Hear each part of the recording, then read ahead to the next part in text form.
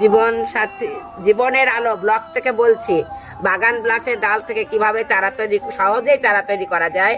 তাই আমি 3টে বাগান বিলাসের ডাল নিয়েছি। সেই ডালকে আমি মাটির মধ্যে বসিয়ে দিলাম।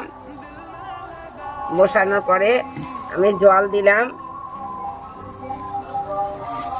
জল দেওয়ার পরে আমি ক্যারি ব্যাগ দিয়ে ঢেকে দিলাম।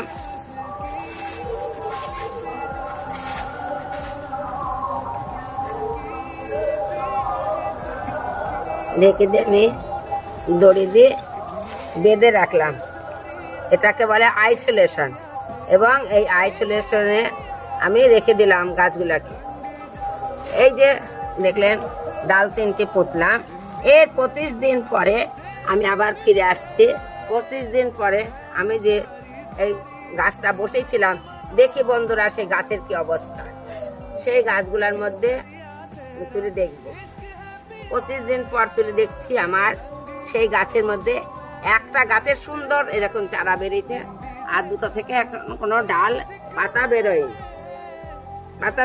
এবং এই গাছকে আমি এবার এই চারাকে আমি অন্য একটা টবে লাগাবো এবং খোল জল দিয়ে গাছটাকে আমি বড় করব। তারও 3 মাস পরে দেখুন বন্ধুরা, আমার গাছটা কত সুন্দর এবং কত বড় হয়েছে। দেখুন এই যে বাগান বিলাসের গাছটা কত সুন্দর, কত বড় হয়েছে। এবার যদি আমি ফুল আনতে চাই, তাহলে এতে আমি আবার নতুন যাতে আমার গাছে ফুল আসে, সেই জন্য আমি আবার সার প্রয়োগ করব। তা দেখছেন বন্ধুরা, কত সহজেই বাগান বিলাসের ডাল থেকে নতুন চারা তৈরি